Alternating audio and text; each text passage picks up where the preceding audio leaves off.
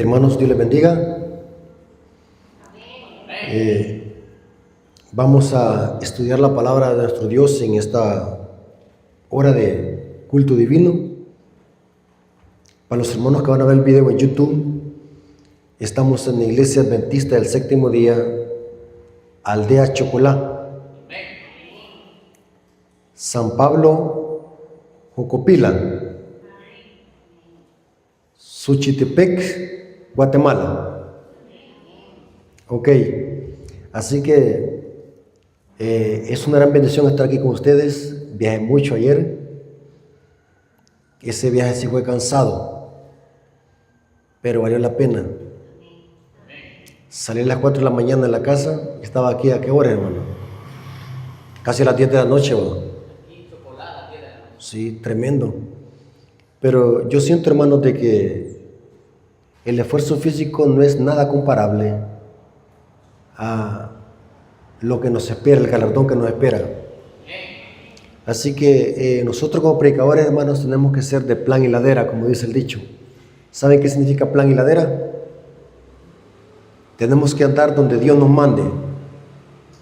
Así que Dios me dijo: Rafael, hoy te toca ir a Chocolá a predicar, así que estamos acá.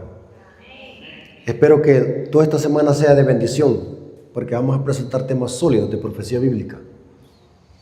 Así que, hermanos, traigan a sus familiares, amigos, vayan a invitar a sus vecinos. Yo sé que va a ser de bendición. Así que vamos a iniciar. Queremos orar para que Dios dirija el estudio de su palabra. Vengamos de rodillas.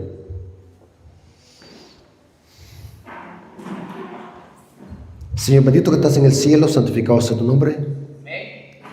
Invocamos tu nombre para que tu Espíritu Santo sea el guía de este estudio, y que este estudio que vamos a tener de tu palabra sea para glorificar tu nombre y que sea de edificación espiritual para nuestra vida. Bendícelo, Señor, que podamos estar en reverencia porque estamos delante de tu presencia. Gracias por este privilegio que nos das de escuchar tu palabra. Bendice a tu siervo para que pueda darse a explicar. Te lo suplicamos en el nombre de Jesús. Amén. Hermanos, como todos saben, tengo un ministerio que se llama Apología Adventista. Mi ministerio es apoyo de la Iglesia Adventista en El Salvador. Todo lo que hacemos lo hacemos en común, de acuerdo con la iglesia y con mi distrito. Así que mi iglesia sabe dónde yo ando, mi pastor de distrito sabe dónde estoy. Así que decimos esto porque nuestro ministerio es para apoyar a la Iglesia Adventista. Somos adventistas el séptimo día de hueso colorado hasta la vena. Defendemos esta iglesia y este mensaje a capa y espada. Tengo la plena certeza que esta iglesia es la iglesia remanente. Ya no hay otra. En Apocalipsis solamente ¿cuántas iglesias hay? 7. ¿Cuál es la última? La Odisea. ¿Quién es la Odisea? Somos nosotros. Entonces, hermanos, no podemos nosotros estar patrocinando ningún movimiento disidente o separatista, porque no hay 8 iglesias, son 7, y la última es esta. Hermanos, sabemos de que como iglesia estamos pasando por una crisis espiritual, somos la Odisea. Pero ¿quién se va a encargar de purificar la iglesia? ¿Va a ser algún miembro de iglesia, algún predicador? ¿Quién va a ser? Cristo. ¿A través de qué? Del zarandeo. Cristo purifica la iglesia a través de qué? Del zarandeo. Y en el cielo lo hace a través del juicio investigativo. O sea, en el juicio investigador, Cristo separa el trigo de la cizaña. Y la gran cosecha va a ser el fin del tiempo de gracia.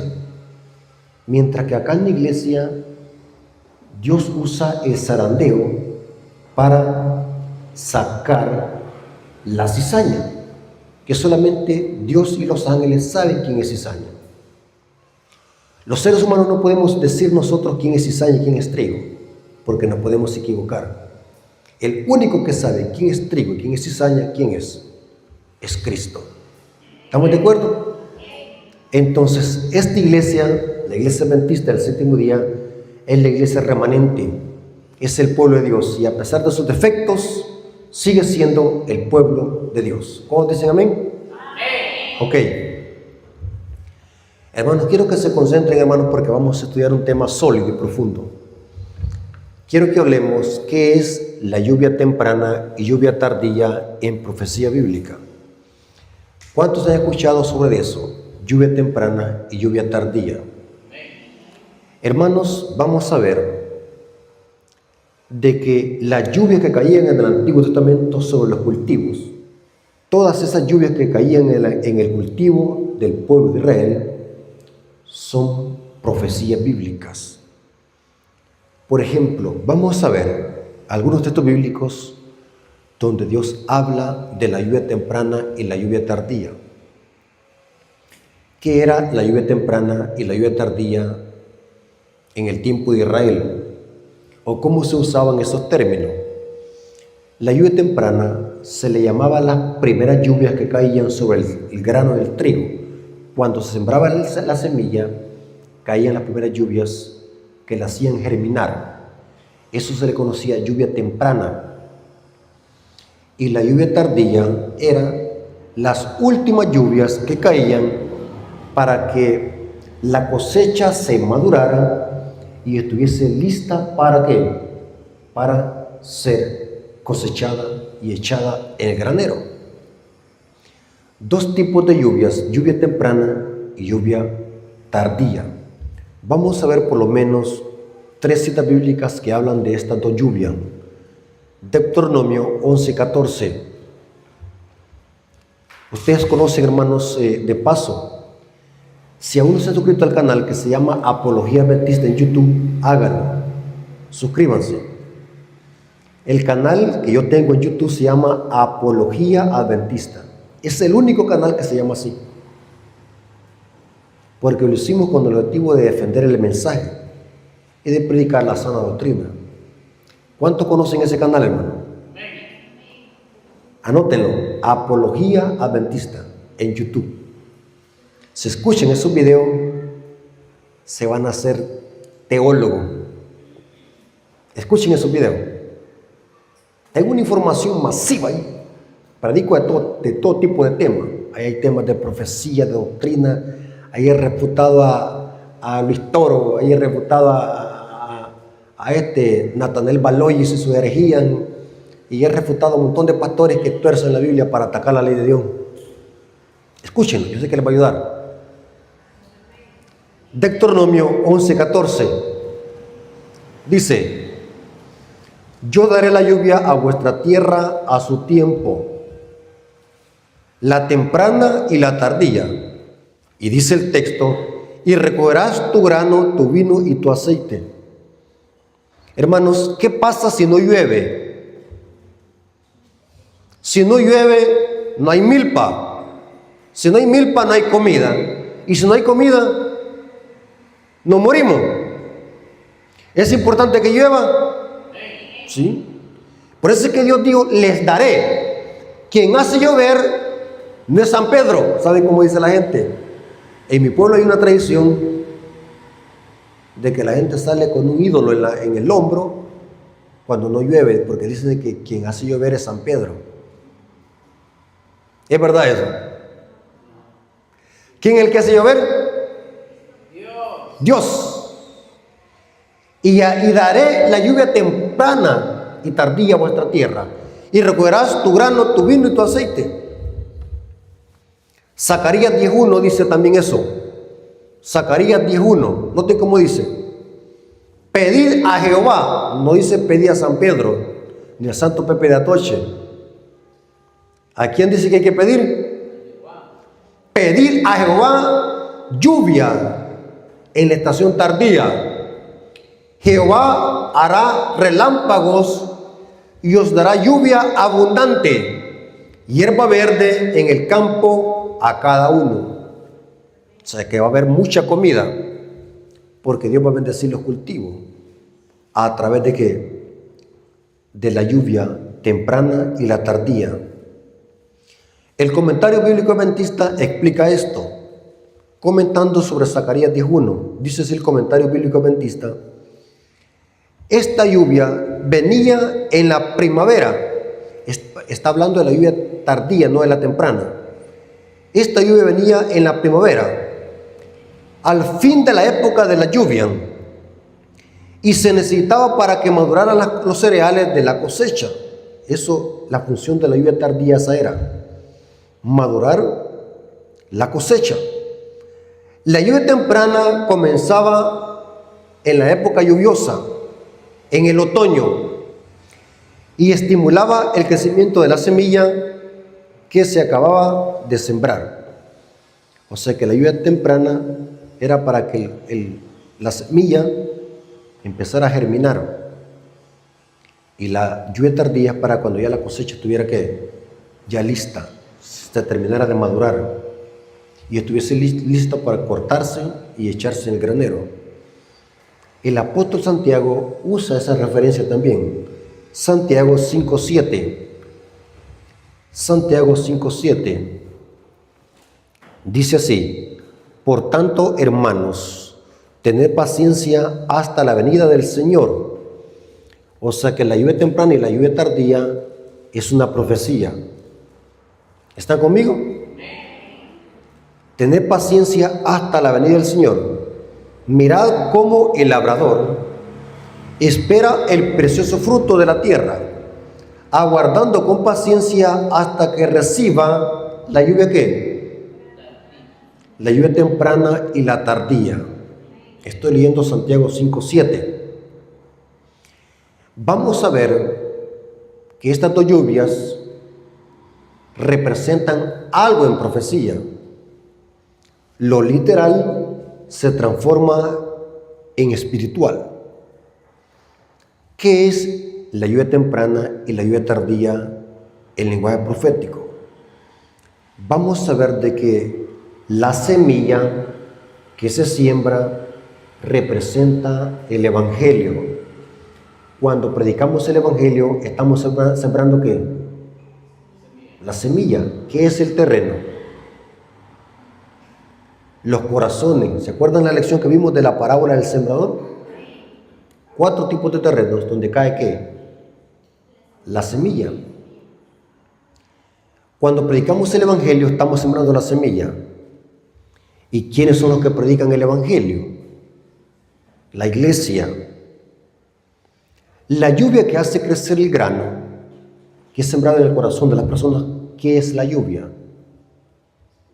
El Espíritu Santo. ¿Me doy a entender? O sea, nosotros, dice Pablo y Apolos sembró, yo planté, Apolo regó, pero ¿quién da el crecimiento? Jesucristo. Eso es de Pablo en 1 Corintios 3. Note que todo hay una perfecta armonía en la profecía. La pregunta es, ¿cuándo cayó en la iglesia la lluvia temprana y cuándo va a caer la lluvia tardía? Porque a través de esta lluvia es que se predique el Evangelio. Noten algo muy interesante. Vamos a ver de que la lluvia temprana cayó en el día del Pentecostés. Ahí se sembró la semilla del ministerio evangelístico de la iglesia. Y vamos a ver de que la lluvia tardía va a caer cuando sea derramado el Espíritu Santo en la iglesia y predique el fuerte pregón de Apocalipsis 18. Vamos a ver de que lo que pasó en el Pentecostés a nivel de Jerusalén se va a cumplir con la iglesia, pero a nivel mundial. O sea que según la Biblia van a haber 2 Pentecostés, uno local al nivel de Jerusalén y otro mundial. Veamos lo que pasó en el Pentecostés. Note cómo dice Juan 20, 21 al 22. Juan capítulo 20, versículo 21 al 22. Entonces Jesús les dijo otra vez: Aquí cuando los discípulos están reunidos en el aposento alto, les dijo otra vez: paz a vosotros. Como me envió el Padre, así también yo os envío. Y habiendo dicho esto, sopló y les dijo: recibid el Espíritu Santo. O sea, en el aposento alto, Cristo sopló sobre los discípulos el Espíritu Santo. ¿Para qué? Dios ha dado una misión a la iglesia, y esa misión comenzó con los discípulos. Hechos 1:14. ¿Cómo estaban los discípulos en el aposento alto? Hechos 1:14 dice: y todos perseveraban unánimes en oración y ruego, con las mujeres y con María, la madre de Jesús, y con sus hermanos. Estoy leyendo Hechos 1:14. ¿Cómo estaban los discípulos? Unánimes, unidos. Pero ¿saben de que antes del Pentecostés, cómo estaban los discípulos? En divisiones. ¿Por qué discutían? Porque ¿quién iba a ser qué? El mayor. Discutían. Pedro era un violento. Era de mecha corta. Nadie le podía decir algo porque sacaba el corvo. ¿Saben qué es un corvo? Recuerden que hablo como salmoreño. Allá le llamamos corvo a un machete, guarizamo, como le quiera llamar. Pedro era violento. Nadie le podía decir algo porque sacaba el corvo. Había dos discípulos que se le llamaban los hijos del trueno. ¿Quiénes eran? Jacobo y Juan. Violentos. Imagínense cómo se les puso hijos del trueno, porque eran enojados. Pero, ¿qué pasó antes del Pentecostés? ¿Cómo estaban? O sea, las diferencias, ¿qué pasó con ellos? Ese egocentrismo, esa rivalidad de querer ser mayor que otro, se había terminado. ¿Estaban cómo? Unidos.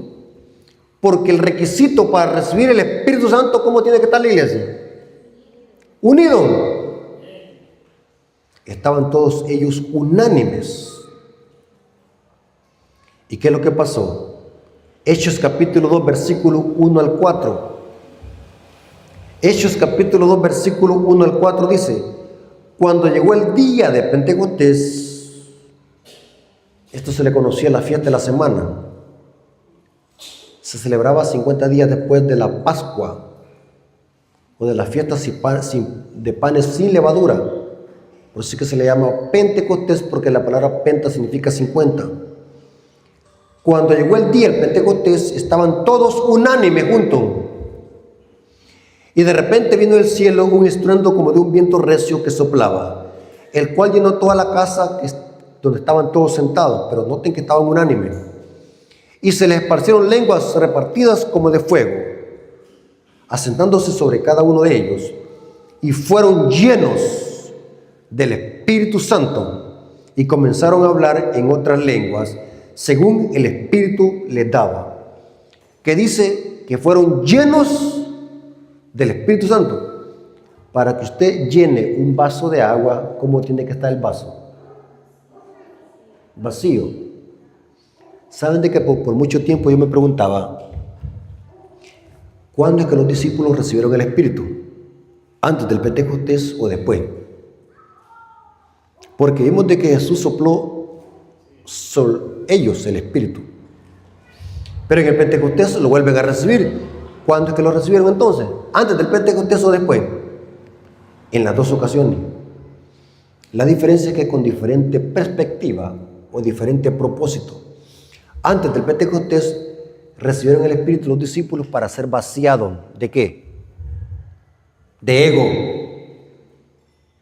Y cuando vino el Pentecostés, ¿cómo estaba? El vaso estaba vacío, ahora estaban listos para que ese recipiente hubiese sido ¿qué? Lleno. O sea que el Espíritu Santo lo vació de ego y ahora lo llena con el poder del Espíritu Santo. ¿Y qué es lo que pasó con los discípulos cuando recibieron el Espíritu Santo? ¿Verdad que se quedaron acostados en una hamaca? viendo TikTok, ¿verdad? ¿Qué pasó con los discípulos? ¿Qué pasó con Pedro en el Pentecostés? Empezó a dar un gran sermón donde se bautizaron ¿cuánto? 3,000 personas. Predicaron con poder. Noten cuando cayó el Espíritu Santo. Mientras no había caído, ¿cómo estaban? Con miedo en el aposento alto. Dice que estaban escondidos con las puertas cerradas por miedo ¿qué? A los judíos. Tenían miedo. Estaban debiluchos, parecían un cadáver. Eran cadáveres espirituales que no podían moverse. Así que era necesario que sobre ellos se les diera espíritu para que tomaran vida. Predicaron con poder. Hubieron miles de conversiones. 3,000 personas. Y la iglesia crecía con poder. Testificaron ante concilios y gobernantes. Noten, estos hombres de Dios, como Pedro y Pablo, testificaron ante el rey Agripas, ante Festo y ante Félix, sin miedo. Interesante, hicieron muchos milagros. Dice la historia que cuando la gente pasaba cerca de la sombra de Pedro, sanaban a las personas. De ahí donde toma la Iglesia Católica que las reliquias tienen poder. Verse en el texto bíblico. Los católicos dicen de que el escapulario tiene poder y el agua bendita. Y ellos usan esa historia de que en la sombra cuando pasaban a la parte de la sombra de Pedro, eran curados. Dicen de que eso significa que el escapulario. ¿Se dan cuenta cómo son astutos para torcer la Biblia? Eso era una evidencia, hermanos, de que en Pedro estaba el Espíritu Santo. No era Pedro, no era la sombra de Pedro que curaba a la gente. Era que en Pedro estaba ¿qué? El Espíritu Santo. ¿Y saben algo interesante, hermano? El Espíritu Santo capacitó a la iglesia primitiva para que, a pesar de la persecución, no se detuviera la predicación del Evangelio. Fueron encarcelados, fueron perseguidos. ¿Saben dónde se levantó la persecución en la iglesia primitiva? Hechos capítulo 8, versículo 1.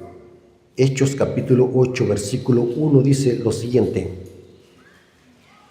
Saulo consentía en su muerte, hablando de la muerte de Esteban.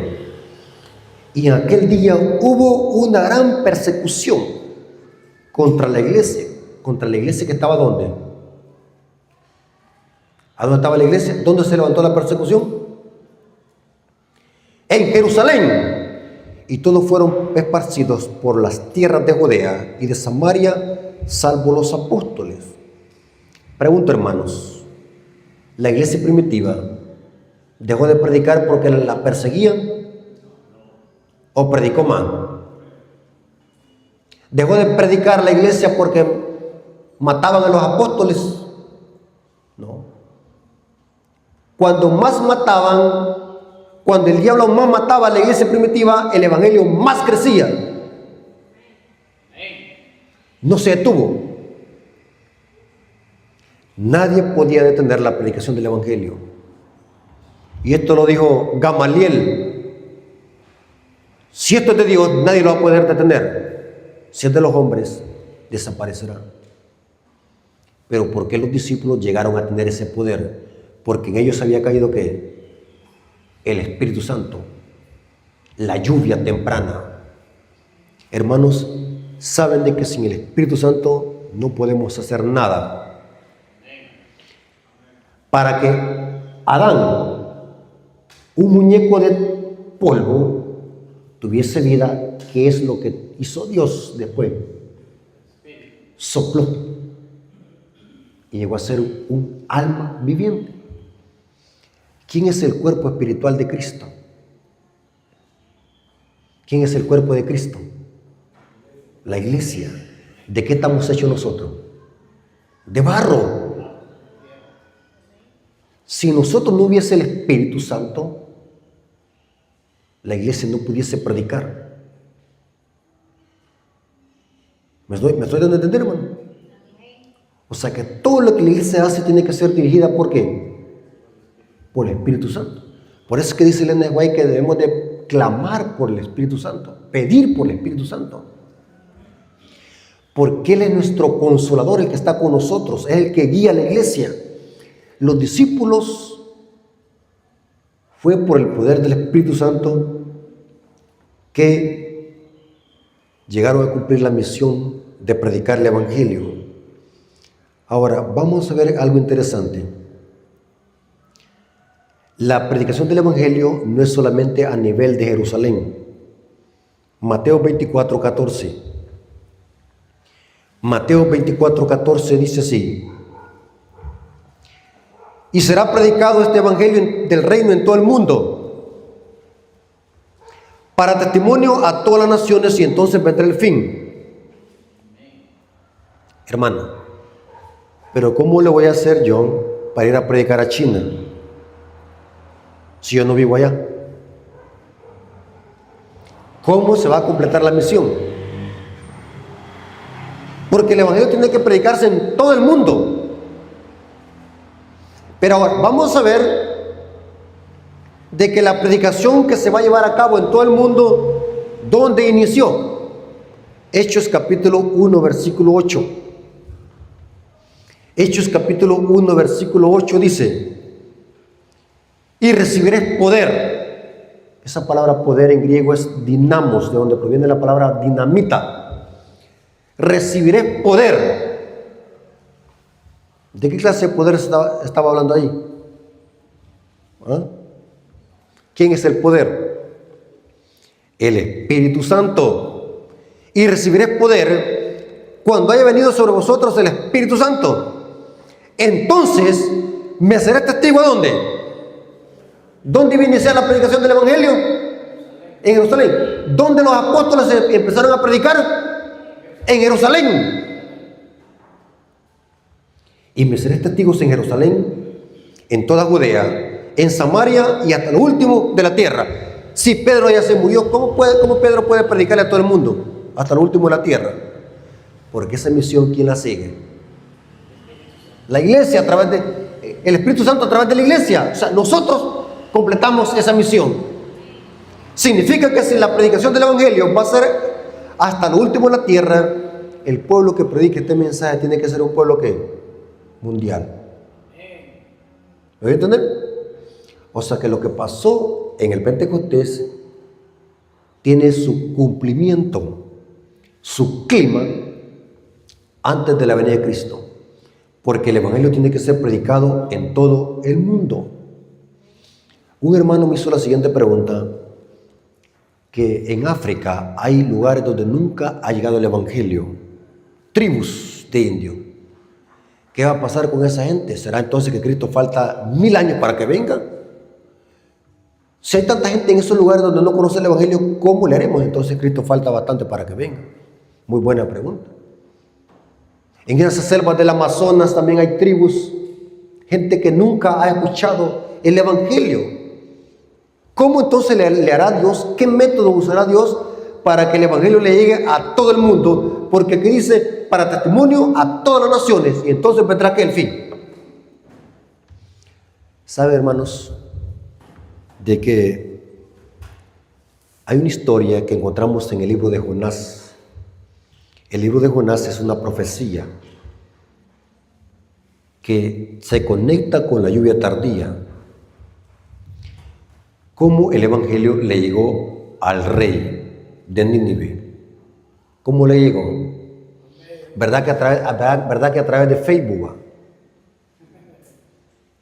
Claro que hoy, en el tiempo presente, usamos las redes sociales para predicar el Evangelio, pero en los tiempos de Nínive no había redes sociales, no había tecnología, no había internet.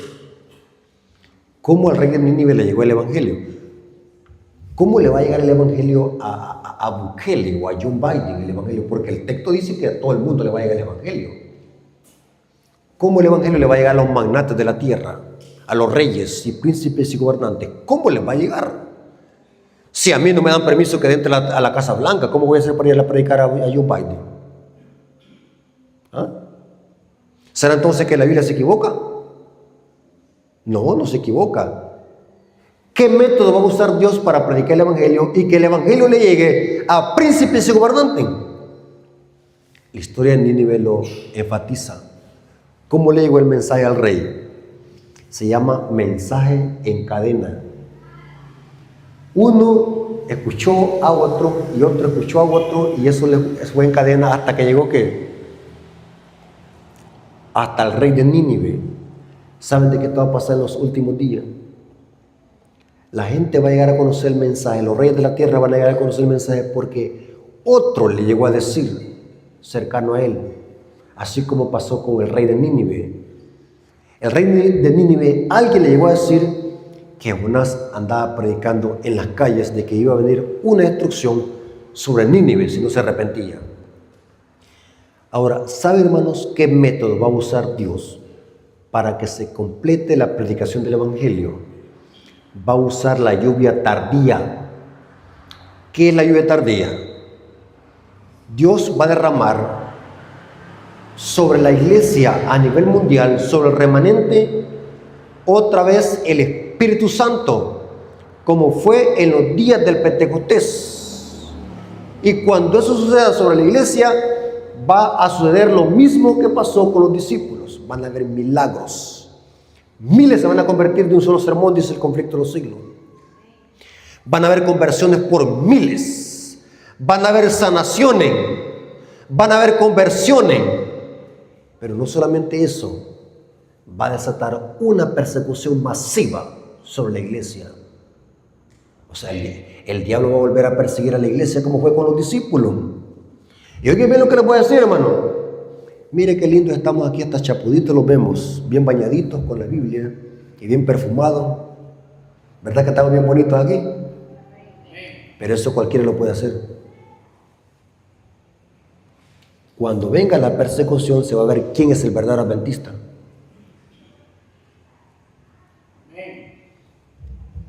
Interesante, hermano. ¿Verdad que es bien bonito levantarse en la mañana, pegarse una ducha, ponerse ropa bien limpia, tomar la Biblia, tomar el leccionario, tomar la lección de escuela sabática y venir a la iglesia? ¿Verdad que bien bonito eso? Pero venir a la iglesia o serle fiel a Dios en tiempo de persecución es otra cosa. Ahí se ve quién es el cristiano.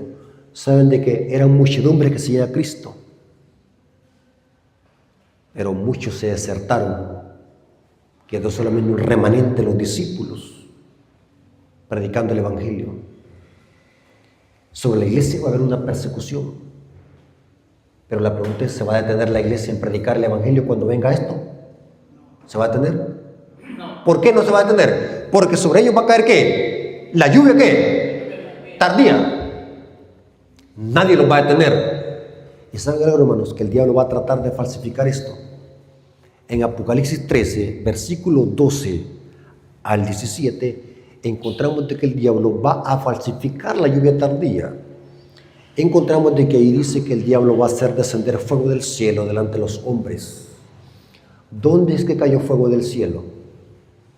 Fue en el Pentecostés. ¿Y dónde más? ¿Quién fue el profeta que hizo descender fuego del cielo? Elías. O sea que lo que pasó en el Monte Carmelo representa la lluvia tardía que va a ser derramada sobre la iglesia. Pero el diablo va a falsificar eso.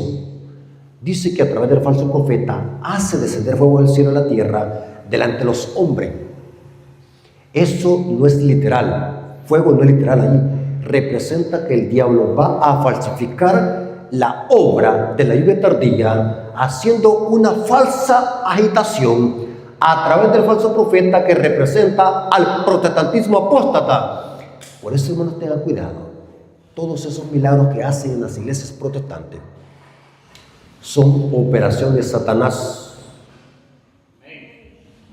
Aunque Dios tiene un remanente en Babilonia, pero las enseñanzas de este sistema y los milagros que hay en estos sistemas son operación de Satanás. Suena muy fuerte decir esto y muy tajante, pero es lo que enseña la Biblia. Que el diablo puede falsificar los milagros. ¿Cuántos creen eso? Sí, Mateo 7:21 dice ahí, muchos me dirán en aquel día, Señor, Señor, en tu nombre hicimos muchos milagros, profetizamos, sacamos demonios. ¿Y qué le va a decir Cristo? Apartados de mí, obrador de qué? De maldad. Nunca os conocí. Esa palabra maldad que aparece en Mateo 7:23 es del griego anomía, que se traduce obreros sin ley. Interesante.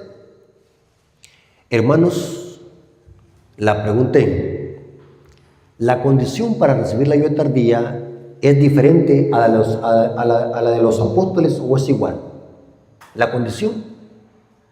¿Cuál era la condición para que los apóstoles recibieran la ayuda temprana? ¿Cuál era? Que estuviesen ¿qué? Pecando, ¿verdad? Mira, hermano, hay una doctrina diabólica que ha surgido, que la iglesia va a estar pecando hasta que Cristo venga. ¿Cuántos han escuchado esa doctrina diabólica? Que nadie puede dejar de pecar, que vamos a estar pecando hasta que Cristo venga. ¿Ya sabe quién predica eso? Quien está predicando esa herejía es el hijo correcto, hay que tener cuidado. ¿Cómo se pone a creer que la iglesia va a estar pecando cuando, si está pecando, cómo va a recibir el Espíritu Santo? Si el vaso tiene que estar como vacío. Hermanos, ¿saben de que la misma condición que Dios pide para la iglesia, como pidió a los apóstoles, estar unidos? ¿Saben, hermanos, que antes de que viniese el Pentecostés, usted lee en el capítulo 1 y capítulo 2 de Hechos de los Apóstoles, léanlo en su casa? ¿Cómo estaban los discípulos? Escuchen lo que voy a decir. Cristo, después de que resucitó, estuvo 40 días con los discípulos, 40 días, y dice Hechos 1:3. Dice, y cuando terminaron esos 40 días, ascendió al cielo. Faltaban 10 días para que viniese el Pentecostés, porque el Pentecostés caía 50 días después de la fiesta de los panes sin levadura, 50 días. Pero Cristo a los 40 días ascendió al cielo. ¿Qué pasó con los discípulos durante esos 10 días? ¿Y qué hizo Cristo durante esos 10 días en el cielo? Muy buena pregunta. El Espíritu Profecía explica qué pasó con los discípulos y qué hizo Cristo en el cielo en esos 10 días, antes que viniese el día del Pentecostés. Dice el Espíritu Profecía de que Cristo fue investido con ropa de sumo sacerdote por el Padre en esos 10 días. Y el último día de esos 10, antes que viniese el día del Pentecostés, Cristo fue ungido con el poder del Espíritu Santo para iniciar su obra sacerdotal en el santuario celestial. Y ese aceite de olivo fue tan potente que cayeron gotas aquí en la tierra. Y eso fue lo que pasó en el Pentecostés. Dice que vino un viento recio del cielo, porque algo estaba pasando en el cielo. Cristo estaba siendo vestido con la dignidad de sumo sacerdote para empezar su obra ministerial. Lo que pasó en el Pentecostés solamente fue un aviso de lo que estaba pasando en el cielo. Muchos protestantes no saben eso. ¿Qué pasó en el Pentecostés? Lo más importante no fue lo que pasó en la tierra, sino lo que estaba pasando en el cielo. Era un aviso de que Cristo iba a empezar a su obra ministerial en el santuario celestial. Pero ¿qué pasó con los apóstoles aquí en la tierra? ¿Qué hicieron? Lean el capítulo 1 y capítulo 2 de Hechos. Por favor, léalo, hermanos, léalo en su casa, devóreselo. Los discípulos se acostaron en una hamaca a ver TikTok. ¿Saben? Me gusta hacer esa clase de frases. ¿Saben por qué? Bueno, porque ¿qué es lo que saben hoy nuestros jóvenes? ¿De qué saben más? ¿Los jóvenes de qué saben más hoy? De TikTok. Pregúntele, que le explique las bestias de Apocalipsis 13. No saben. Estamos creando una generación debilucha de miembros de iglesia que no los estamos instruyendo en la segura palabra profética. ¿Saben qué es lo que hicieron los discípulos durante esos 10 días? El capítulo 1 de Hechos, léalo, dice que empezaron a elaborarse las profecías concernientes a las promesas del Mesías. O sea que ¿cómo tiene que estar la iglesia en esta última etapa de la historia? ¿Estudiando qué? Las profecías. ¿Cuáles profecías? De Daniel y Apocalipsis. ¿Y qué otra cosa hicieron los discípulos? Eligieron al sucesor de quién? De Judas. Y dice que era importante elegir al sucesor de Judas porque los discípulos solamente estaban 11. Y 11 no es símbolo del pueblo de Dios, sino que 12. Porque sobre Cristo iba a ser puesto el pectoral de sumo sacerdote, que tenía 12 piedras que simbolizan a las 12 tribus de Israel y a los 12 apóstoles. Por eso era necesario que antes de que Cristo fuera investido como sumo sacerdote, aquí en la tierra tenía que estar completo el número de los 12. Y en esos 10 días buscaron al sucesor de ¿qué? De Judas. Y cayó la suerte ¿en quién? En Matías. Interesante. ¿Ustedes creen, hermano, que todo lo que está en la Biblia es solamente por ocupar espacio? Todo tiene su significado. Todo tiene.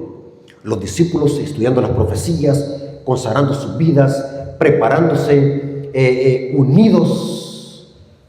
¿Ustedes creen, hermano, que así como estamos como iglesia, creen ustedes que estamos aptos para recibir la ayuda tardía? Si estamos en pleitos, en divisiones, siguiendo el paganismo, metiendo la mundanalidad en la iglesia. ¿Ustedes creen que los discípulos estaban siguiendo tradiciones de Roma?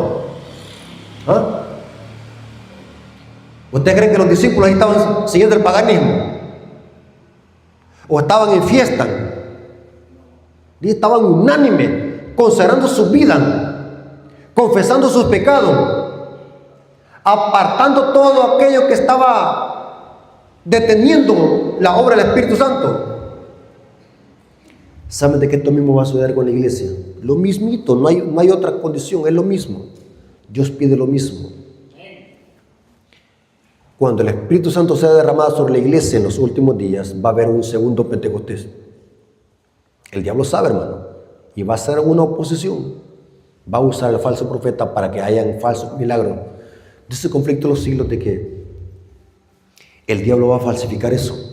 Y la gente al ver de que allá en el protestantismo hay también milagros, y en el pueblo de Dios también hay milagros, se van a quedar pasmados, no van a saber a quién creerle, porque el diablo lo que busca es contrarrestar la ayuda tardía a través de los falsos milagros del falso profeta. Hacer descender fuego del cielo significa falsos milagros, un falso Pentecostés. O sea, vemos en Apocalipsis 13, versículos 11 al 12, vemos a Satanás usando a un falso Elías, haciendo falsos milagros. Por eso es que el protestantismo apóstata se le llama falso profeta.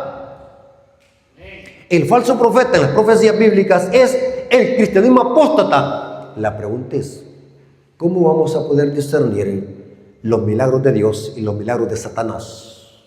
A la ley y al testimonio. Si no lo haré conforme a esto, porque no le ha amanecido. El falso profeta no quiere la ley de Dios. Por lo tanto, esos milagros que hacen en Babilonia no son de Dios. ¿Dónde encontramos en Apocalipsis el segundo Pentecostés sobre la iglesia? Apocalipsis 18, versículo 1 al 4. ¿Vamos bien hasta acá, hermanos? Apocalipsis 18, versículo 1 al 4. Hermanos, estas son clases sólidas de profecía, porque mi objetivo es que usted entienda estos temas y conozca la Biblia. Apocalipsis 18, versículo 1 al 4 dice: después de esto vi otro ángel descender del cielo con gran poder. Este ángel, hermanos, es la iglesia remanente. Y noten cómo dice, con gran poder, y la tierra fue alumbrada con su gloria. O sea que este segundo Pentecostés va a ser a nivel mundial, no a nivel de Jerusalén, sino que va a ser a nivel mundial. Y clamó con voz potente diciendo: ha caído la gran Babilonia. O sea que este mensaje, ¿qué hace? ¿Desenmascarar a quién? A Babilonia. Pero ¿cómo es eso que algunos dicen, hermano, no hable de esos temas porque la gente se va a ofender? Saben de que muchos no quieren predicar estos mensajes y es parte del evangelio eterno. Desenmascarar a Babilonia. Pregunto, ¿a quiénes se les ha dado esta tarea de desenmascarar a Babilonia? ¿A los testigos de Jehová, a los mormones o a los adventistas? Entonces, ¿por qué vamos a opacar este mensaje? ¿Por qué lo vamos a guardar? Noten que este mensaje lo dice con voz potente, sin miedo. En los tiempos bíblicos se usaba la palabra griega megáfonos, a gran voz. Esto es un megáfono que estoy usando, pero en los tiempos bíblicos megáfono es alzar la voz. Significa que este mensaje tiene que darse sin miedo, con voz potente. Ha caído la gran Babilonia y se ha hecho habitación de demonios y guarida de todo espíritu inmundo y albergue de toda inmundia aborrecible. O sea que este mensaje desenmascara a Babilonia. Hermanos, quiero que entendamos bien este punto. Predicar el evangelio no es solamente decirle a la gente cosas bonitas. También predicar el evangelio es señalar el error y la apostasía. ¿Cuántos creen eso? Hay gente que dice: Cristo te ama, Cristo murió por ti. Tú eres la cosa más preciosa que Cristo tiene en este mundo. Bien melancólico. Pero si a la gente no le digo la otra verdad, que salga de Babilonia, porque si no sale de Babilonia van a caer sobre él las plagas. Estoy predicando un evangelio a media. Y tengamos cuidado, hermanos, con esos predicadores que predican evangelios a media, porque el mensaje de los tres ángeles, aparte que levanta la justicia de Cristo y la cruz de Cristo, también desenmascara ¿a qué? A Babilonia.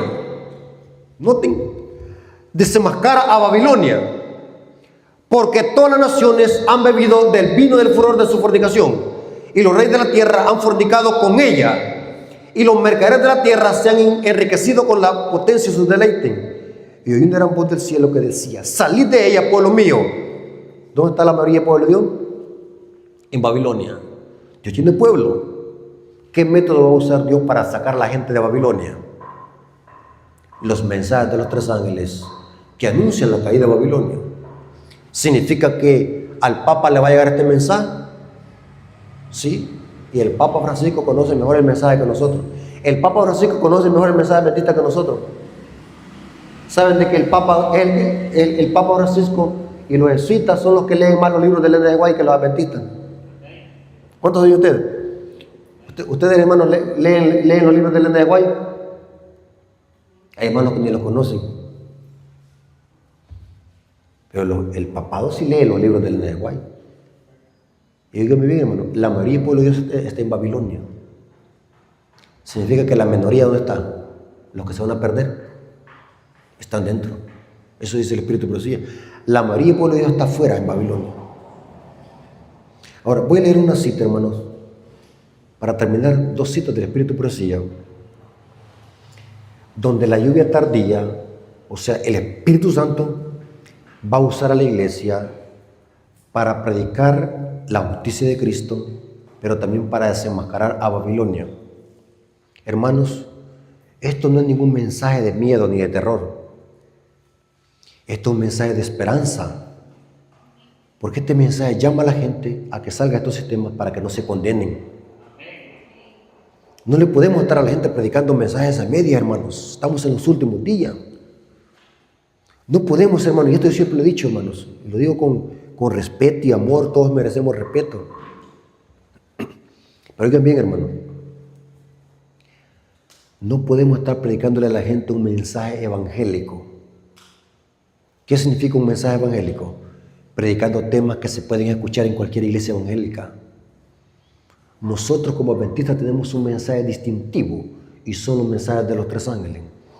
Y este mensaje, cuando la iglesia lo predique, impulsado por el poder del Espíritu Santo, son miles que van a salir de estos sistemas, porque van a conocer la verdad.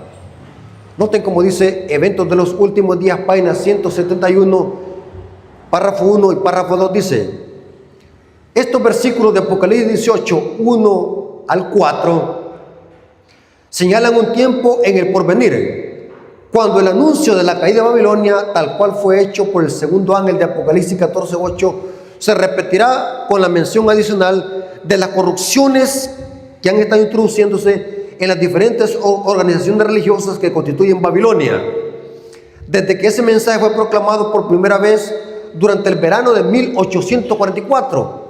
O sea que Babilonia cayó en 1844, cuando rechazaron las iglesias protestantes el mensaje de la hora del juicio ha llegado en el movimiento milerita. Pero este mensaje va a tener su clima cuando estas naciones y cuando estas iglesias que son Babilonia invaliden por completo la ley de Dios. ¿Cuándo va a ser que los pecados de Babilonia habrán llevado hasta el cielo? Cuando se decrete la ley dominical. Y noten cómo dice: estas declaraciones unidas al mensaje del tercer ángel constituyen la amonestación final que debe de ser dada a los habitantes de la tierra. Los pecados de Babilonia serán denunciados. Yo no sé por qué los predicadores tienen miedo de hablar de Babilonia. Ya no quieren decir Iglesia Católica Romana. Yo no tengo miedo para decir que el papado. Hermano, no diga eso porque la gente se va a ir de la iglesia. Hable Iglesia Popular.